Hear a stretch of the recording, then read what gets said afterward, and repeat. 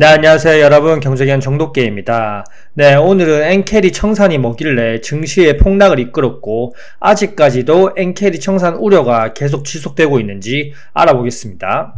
네, 코스피 일봉 차트 보시면 8월 4일 금요일날 저가가 마이너스 4%대, 그리고 8월 5일 공포의 패닉셀 날이었죠. 저가가 마이너스 10%대 빠졌습니다. 그리고 코스닥을 보시면 코스닥 일봉도 8월 2일 금요일날 저가가 마이너스 4%대, 그리고 8월 5일 월요일 저가가 마이너스 13.7%대나 빠졌습니다. 엄청나게 폭락을 했는데요. 지금 이렇게 시장이 빠진 걸 하락률로만 보면 금융위기, 그리고 닷컴 버블, 그리고 월봉상에서 보시면 거의 코로나 때와 맞먹을 정도의 하락률을 기록했습니다. 코로나 때는 언노운 이슈였기 때문에 시장이 이렇게 빠진 건 다 이해하는데 지금은 다 아는 이슈들이었습니다. 엔캐리 청산 우려, 그리고 AI 버블, 그리고 경기 침체, 그리고 중동 전쟁, 이런 이슈들이 갑자기 튀어나온 이슈들이 아니었거든요. 근데 이 요인 중에서 저는 가장 크게 보는 게 엔캐리 청산 우려로 인해서 이렇게 시장이 빠졌다고 볼 수 있는데요. 그럼 엔캐리 트레이더가 뭐냐? 일본 국내 시장에서 금리가 낮은 엔화를 빌려서 글로벌 시장 다른 나라의 금리가 높은 곳에 엔화를 투자해서 시세 차익을 거두는 건데요. 일본이 마이너스 금리를 장기간 유지했기 때문에 지금 일본 엔화가 전 세계 금융시장에 엄청나게 많이 풀려 있다고 보시면 됩니다. 미국의 기준금리가 역사상 유례가 없을 정도로 금리를 엄청 빠르게 올렸어도 미국 경제는 살아있고 미증시 역시 사상 최고가를 갖고, 이런 고금리 시대에 미국이 정말 엄청난 걸 다 해냈습니다. 이게 가능했던 이유는 옐런이 미 대선을 위해서 돈을 엄청나게 뿌린 것도 있지만 엔캐리 트레이더 자금이 미 증시와 세계 증시에 쏟아져 들어왔기 때문인데요. 일본의 기준금리를 보시면 24년 초반까지만 해도 마이너스 금리를 계속 유지하고 있었고요. 3월에 처음으로 플러스 금리로 전환을 했죠. 그리고 나서 최근 들어서 0.25%로 올렸는데 전 세계 증시에 이런 충격이 온 겁니다. 고작 0.1%에서 0.25%로 올린 거 가지고 전 세계 증시가 요동칠 수 있냐라고 생각하겠지만, 저금리로 값싸게 빌려와서 해외에 투자하고 이익을 보던 게 엔화 가치가 다시 상승을 하면서 오히려 손실을 볼 수 있는 상황이 됐기 때문인데요. 이 자금이 얼마나 크냐? 엔캐리 자금이 거의 추산이 안 될 정도인데 20조 달러, 거의 2경이 넘는다고 합니다. 코스피 전체 시총이 2000조를 조금 넘으니까 지금 이 자금이 얼마나 큰지 상상이 가실 겁니다. 월스트리트 저널은 엔캐리 청산에 대해서 천천히 움직이는 쓰나미가 될 것이라고 얘기를 했는데요. 한국 증시에만 해도 거의 14조가 넘는 일본 자금이 들어와 있습니다. 우리가 생각하기에 0.25% 올린 게 이 정도 충격이면 앞으로 점진적으로 만약 금리를 올린다, 그러면 어떻게 될지 정말 상상조차 안 가는데 전세계 금융시장에 충격이 어마어마할 겁니다.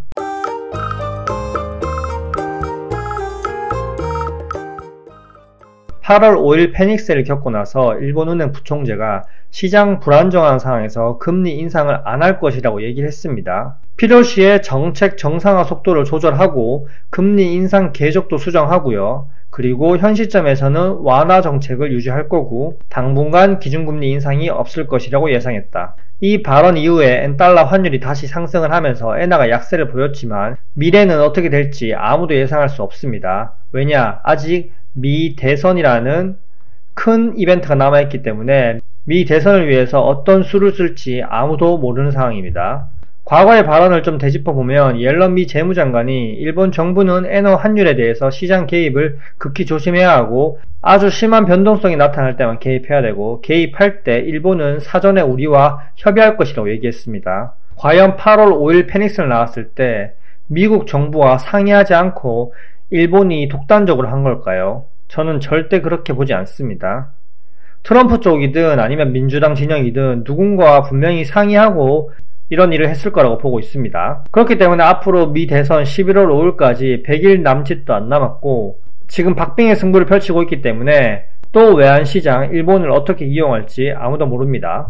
근데 좀 생각해보면 만약에 미국의 자산 가격이 계속 쭉쭉 오르고 경제가 좋다면 일본이 금리 인상에도 굳이 캐리 트레이드 자금을 청산 안 해도 되거든요. 왜냐하면 미국 자산이 계속 상승하고 엔화 환율이 하락하고 이게 상쇄되면서 어느 정도 투자 수익을 볼 수 있기 때문인데요. 근데 지금 미증시 상황은 어떻죠? AI 개발에 큰돈 썼더니 이젠 규제, AI 업계에 대해서 AI 거품론이 계속 일어나고 있습니다. 엔비디아가 끌어올린 미증시 이제 악재가 쏟아지면서 자산 가격이 계속 하락할지도 의문인 상황이고요. 또 경제 전문가들은 25년에 미증시가 모든 자산 거품이 사라지며 폭락할 수 있다고도 계속 언론에서 얘기를 하고 있습니다. 실제로 경기 둔화 지표가 계속 나타나고 있죠. 이런 악재들이 계속 나오면서 자산 가격은 점진적으로 하락 추세를 보이고 있습니다.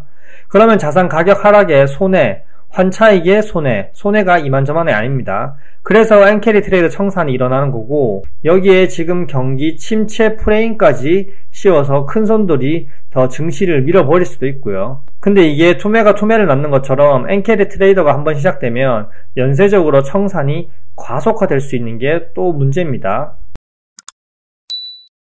만약에 이런 상황에서 9월 18일 날 연준이 금리 인하가 거의 기정사실화되고 있는데 25bp 또는 50bp 인하가 예상되고 있죠. 지금 엎치락 뒤치락 하는 상황인데 9월에 금리 인하 된다고 해서 모든 문제가 해결될 것처럼 언론에서 얘기를 하고 있지만 이게 무조건적인 해법은 아닌 게 캐리 트레이드 청산 속도를 오히려 가속화시켜서 자산 가격을 더 폭락시킬 수 있는 위험이 있습니다. 그래서 이번에 일본이 기준금리를 갑자기 올려버렸을 때 파월이 엄청 열받아 했던 것입니다.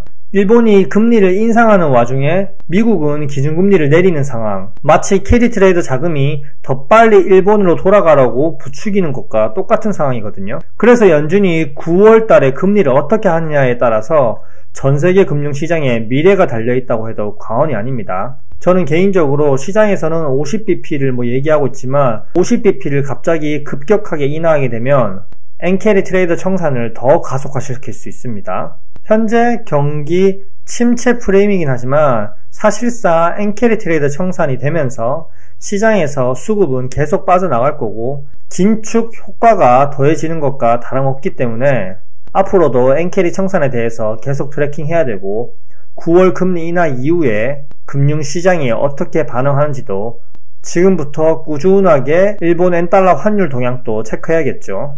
점점 복잡해지고 체크해야 될 게 상당히 많은 시장입니다.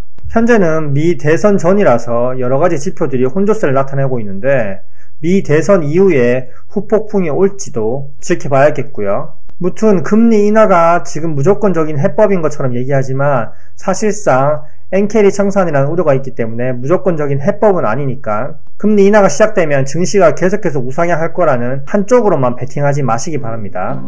네, 이상입니다. 안녕.